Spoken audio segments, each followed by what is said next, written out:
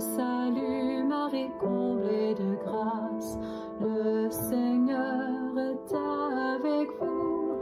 Vous êtes bénie entre toutes les femmes, et Jésus, votre enfant, est béni.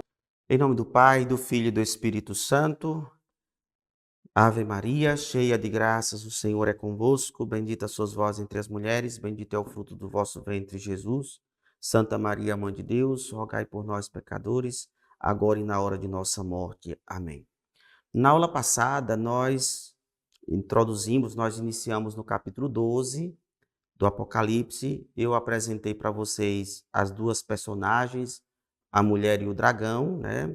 E hoje, agora, nessa aula, nós vamos seguir no versículo 7º, vamos prosseguir ruminando, mastigando todos os mínimos detalhes desse capítulo 12, né? Que é um capítulo, eu estou mastigando mais do que os outros, porque é um capítulo que é bastante utilizado na nossa liturgia, normalmente nas liturgias marianas.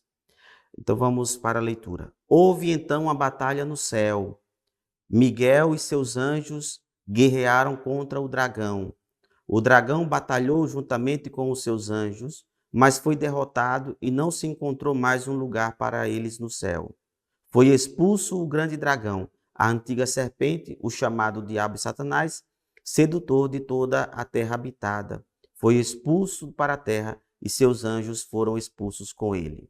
Então, aqui na aula passada, eu havia antecipado para vocês que no versículo 4 diz que o dragão com a cauda varreu uma terça parte das estrelas do céu, e eu já aludia que se referia à queda dos anjos, que seriam os espíritos malignos, os espíritos do mal, que no princípio eram anjos que adoravam a Deus e que por causa de sua revolta, de sua rebeldia, eles foram precipitados na terra. Interessante que não dá para você fazer uma leitura linear do capítulo, porque nós no início do capítulo, nos 6 primeiros versículos, ele apresenta a história da encarnação. Então, nós vimos ali a história da encarnação, que já foi, por exemplo, há 2000 anos atrás. Mas agora, no versículo 7º, ele volta para um princípio antes da criação, porque essa queda que aconteceu, a queda dos anjos, foi antes da criação.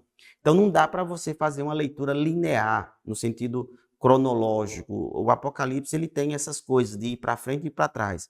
Então, ele, depois de ter retratado a guerra que a serpente, que o dragão fez contra o descendente da mulher, que seria o Salvador, nós identificamos aqui com o nome de Jesus Cristo, do Senhor, e agora o texto ele vai retratar essa batalha, essa guerra. É a única vez que é retratado nos livros que estão na Bíblia, nós chamamos de livros canônicos. Esta batalha também é retratada num outro livro judaico que não é canônico, ou seja, não está no nosso cânon, que é no famoso livro de Enoque, que é um livro que não faz parte da Bíblia, mas que tem um valor muito grande. Inclusive ele ainda é traduzido, ele ainda é publicado. Eu, inclusive, tenho esse livro, o livro de Enoque, e, por sinal, é um livro muito bonito. Então, ele retrata essa guerra e essa batalha entre Miguel e os anjos.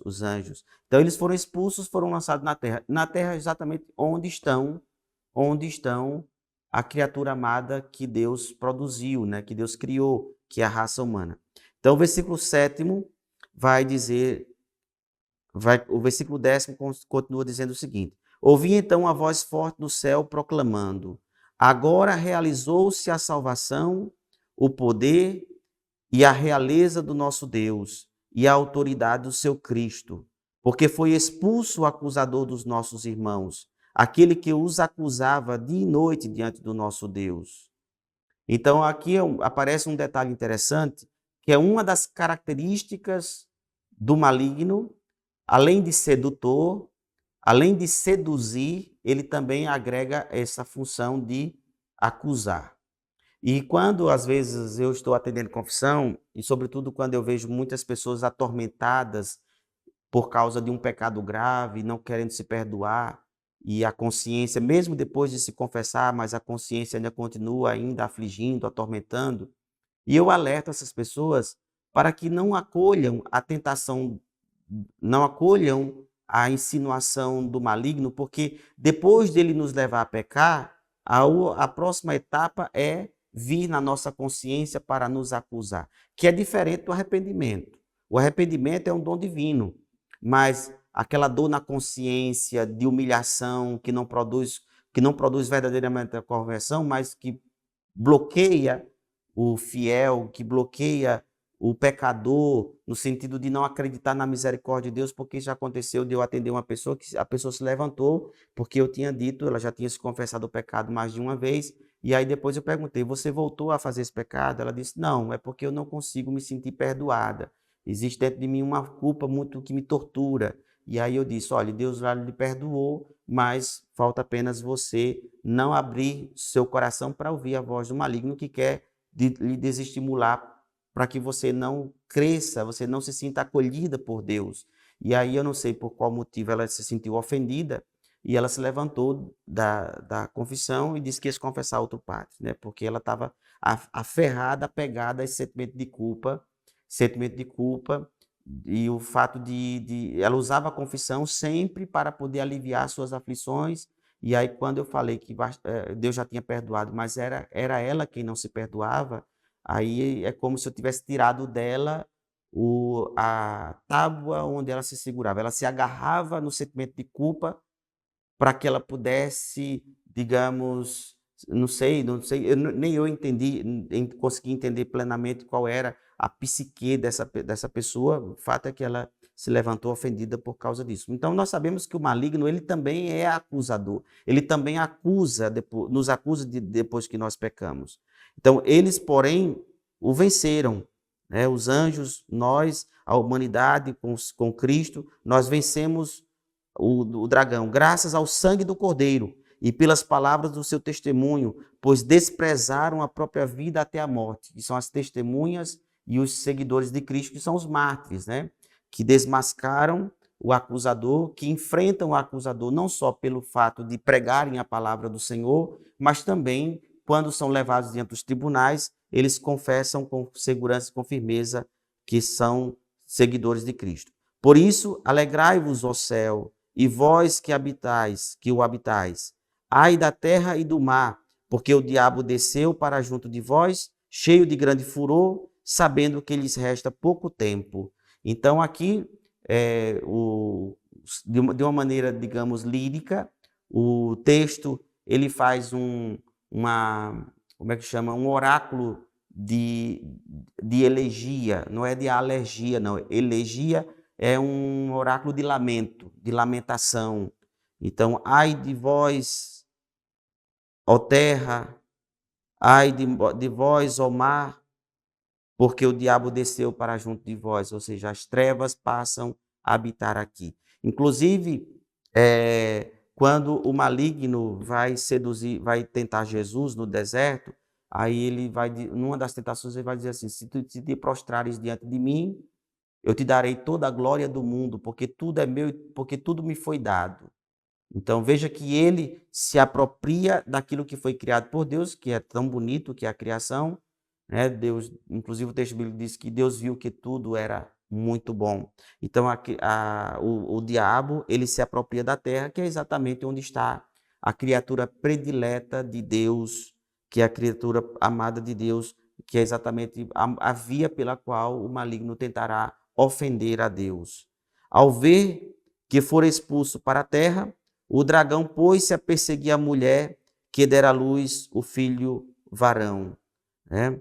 Ela, porém, recebeu 2 asas da grande águia para voar ao deserto, para o lugar em que, longe da serpente, é alimentada por um tempos, metade de um tempo. Então, vamos aqui tentar explicar essa parte aqui. Aqui o texto ele está apresentando que, por isso que há uma identificação entre a própria Maria com a igreja. Porque vamos tentar compreender isso aqui que é bem interessante. Eu vou ver se eu consigo explicar de maneira bem objetiva. Eu expliquei para vocês que existem 3 formas de interpretar essa mulher. Existe uma que é a que havia adotada pelos evangélicos, né, que é uma E duas que a Igreja Católica, ela normalmente ela utiliza com segurança, que é a mulher seria também a igreja. E Maria é a imagem da igreja. Então há uma fusão entre as duas realidades. Inclusive, se diz que quando João descreve lá no quarto evangelho, Jesus crucificado, ao pé da cruz estava Maria, sua mãe. Mas também na cruz é o momento em que Deus, segundo João, recria a humanidade nova. Então Maria ali aparece como Eva e também a imagem da igreja, a igreja fiel que permanece do lado de Jesus, segue Jesus até a cruz. Então Maria é a imagem da igreja. É tanto que quando aqui o dragão põe-se a perseguir a mulher, aqui sugere que essa mulher aqui se estende a toda a igreja, porque é a igreja que é perseguida, a igreja que é levada diante dos tribunais. Eu expliquei no início do curso no início do curso que quando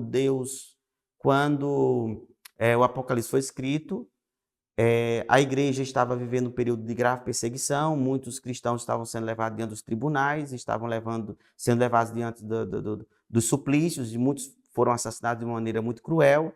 Então, a igreja se identifica, portanto, com essa mulher perseguida, porque também ela, inclusive quando Maria estava em Pentecostes, quando teve o Pentecostes, Maria, interessante que ela estava associada também à igreja. Então é possível perfeitamente identificar aqui claramente esta mulher também como sendo a própria igreja perseguida, que estava sendo atacada através de calúnias, através de tantas perseguições que tinham a função, a finalidade de fazer com que a igreja não continuasse a pregar a salvação, porque na salvação o anúncio do evangelho traria exatamente a salvação para a humanidade, que era exatamente aquilo que o dragão, a antiga serpente, não aceitava. Então, por isso que a mulher aqui é posta em grave estado de perseguição. Depois aqui ele é descrito, ela é levada para o deserto, ou seja, mais uma vez Deus protege o deserto como lugar da proteção, da segurança, do amparo divino, onde Deus está. Então, ao mesmo tempo que a igreja é perseguida, vê-se perseguida, ao mesmo tempo, Deus não abandona a igreja. Ao mesmo tempo que a igreja se vê perseguida por causa da mensagem do evangelho, por causa da mensagem cristã, por outro lado, Deus não fecha as portas, não desampara, mas ao contrário, consola a igreja para que ela não se abata diante das tentações, diante das perseguições e diante do sofrimento. Por isso que é levada para o deserto por um tempo, tempos e metade de um tempo. Seria mais ou menos, com outras palavras, o equivalente ao que foi dito anteriormente, que seria 3 anos e meio, conforme eu falei lá no que seria a metade de 7. Então, esse tempos, um tempo, tempos e metade de um tempo seria uma outra forma de dizer 3 anos e meio, que seria um tempo brevíssimo. A serpente, então, vomitou água como um rio atrás da mulher. Ou seja, a serpente, o dragão, né? A serpente, por que vomita? Por causa exatamente o elemento nocivo, a toxina da serpente está exatamente na boca, né? Que são mais precisamente na presa. Então, esse vômito significaria exatamente o veneno mortífero, ou seja, a tentativa da serpente de frustrar o projeto e a obra divina. Portanto, se põe de maneira muito clara a lançar sua sedução, seu veneno mortífero, assim como aconteceu nos primórdios, quando, por ocasião da tentação do primeiro casal, né, ali a serpente é apresentada na cena do pecado original, e o veneno, na verdade, não é um veneno no sentido próprio da palavra, mas é figurativo, é uma linguagem figurada, porque o veneno da serpente, daquela antiga serpente lá no princípio, foi a sedução de entrar na mente da mulher a ponto de convencê-la a transgredir a ordem e o mandamento divino. Então, a partir do momento que a mulher olhou para o fruto e percebeu que era de agradável sabor, que era um fruto apetitoso, ali significa que o veneno começou a entrar no coração da mulher, ou seja, o veneno da sedução e da tentação. Isso acontece conosco também. Quando nós estamos tentados, quando o maligno vem para nos seduzir, para nos tentar, a primeira coisa que ele nos faz é nos direcionar para o objeto da sedução.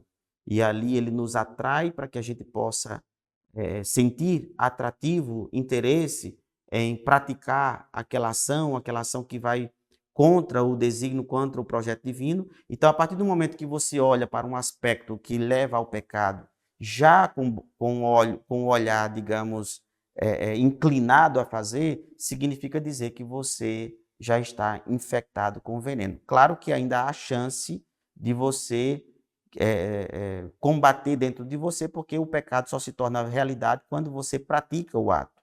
Na tentação em si, a tentação em si não significa necessariamente pecado.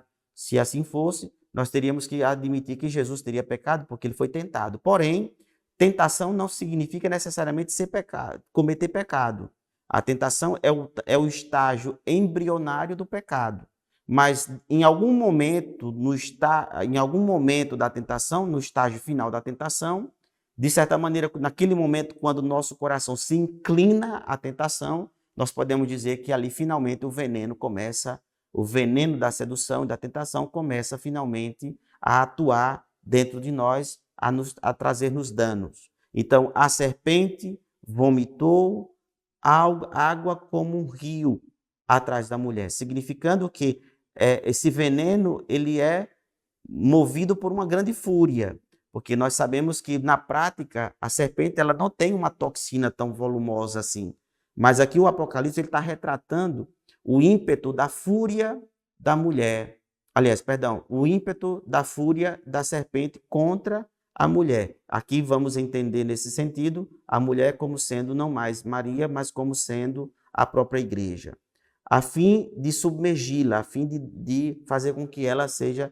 sufocada, a exemplo do dilúvio, que na época do dilúvio, o dilúvio veio sobre a terra para poder liquidar a raça humana pervertida. Então aqui a serpente ela quis fazer desaparecer a igreja que é a esposa do Cordeiro, ela está sendo, portanto, submetida a uma situação de grave crise e, de fato, na época das perseguições, a intenção do Império Romano era, de fato, fazer desaparecer a igreja, porque, inclusive, as execuções elas eram realizadas publicamente, elas eram realizadas em praça pública, exatamente para servir de sinal, para que outras pessoas, a população em geral, não se sinta motivada ou atraída a se associar àquele grupo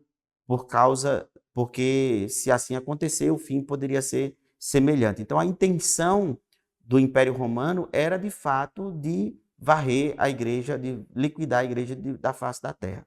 Inclusive, eu volto aqui a insistir que há uma clara associação entre o dragão e o Império Romano. Eu disse lá no início que as 7 cabeças que o dragão tem, ela tem 7 cabeças em alusão às 7 montanhas de Roma e também os 7 primeiros imperadores de Roma, que começa com Júlio César, né? São os 7 imperadores da dinastia dos Césares. Então, claramente, o dragão e a antiga serpente funcionam como se fossem aliados um do outro. Por isso que a gente vai ficar indo e voltando um pouco mais adiante. Nós vamos voltar a essa questão do Império Romano. Vai ficar ainda mais claro ainda essa alusão que eu estou fazendo aqui.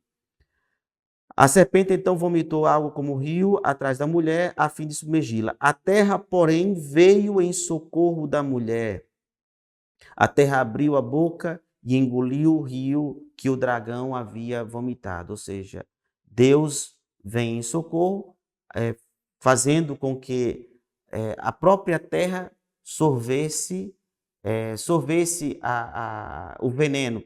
E nós podemos aqui também aludir que o sangue dos mártires que regaram a terra na época do Apocalipse, inclusive tornou-se até uma terra fértil. Inclusive tem um santo da igreja da época chamado Santo Inácio de Antioquia.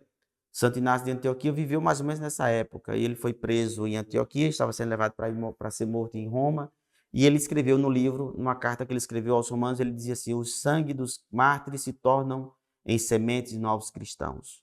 Então a terra que foi banhada pelo sangue dos mártires, a própria terra era santificada por este sangue dessas vítimas fiéis, dessas testemunhas fiéis, e, portanto, toda essa investida do maligno não foi suficiente para poder devorar e liquidar com as testemunhas fiéis de Cristo, a ponto de que no século IV, finalmente, o Império Romano teve que aceitar que perdeu a batalha e acabou reconhecendo, assinando um tratado chamado Tratado de Milão, quando o imperador Constantino assinou um decreto proibindo de se matar qualquer pessoa por causa de fé, por motivo de religião.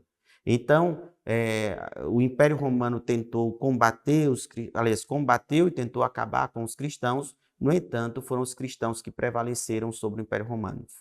Um pouco adiante, o Império Romano se acabou, foi dominado pelo Império Germânico, e a Igreja Católica se consolidou de maneira que ainda hoje o trono de Pedro está precisamente na cidade de Roma, de modo a mostrar essa grande reviravolta que aconteceu quando aqueles que foram perseguidos tornaram-se a cabeça, digamos, do lugar onde era escorraçada, né? Vamos agora concluir a nossa aula de hoje com o versículo 17. Enfurecido por causa da mulher, o dragão foi então guerrear contra o resto dos seus descendentes, os que observam os mandamentos de Deus e mantêm o testemunho de Jesus, né?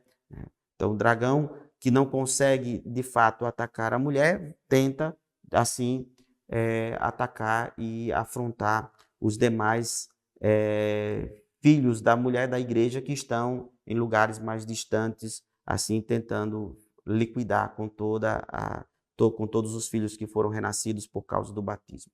Nós terminamos o capítulo 12, como eu já mencionei para vocês, é um capítulo um pouco mais denso, por isso nós precisamos de 2 momentos.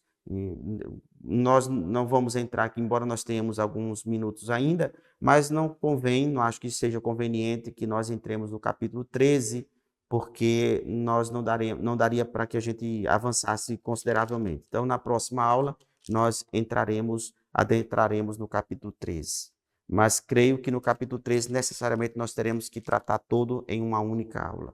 Então, fiquemos por enquanto por aqui, e muito em breve nós faremos esse nosso percurso penetrando no sentido do livro do Apocalipse. Glória ao Pai, ao Filho e ao Espírito Santo, como era no princípio, agora e sempre. Amém. Sainte Marie, Mère de Dieu, priez pour nous, pauvres pécheurs.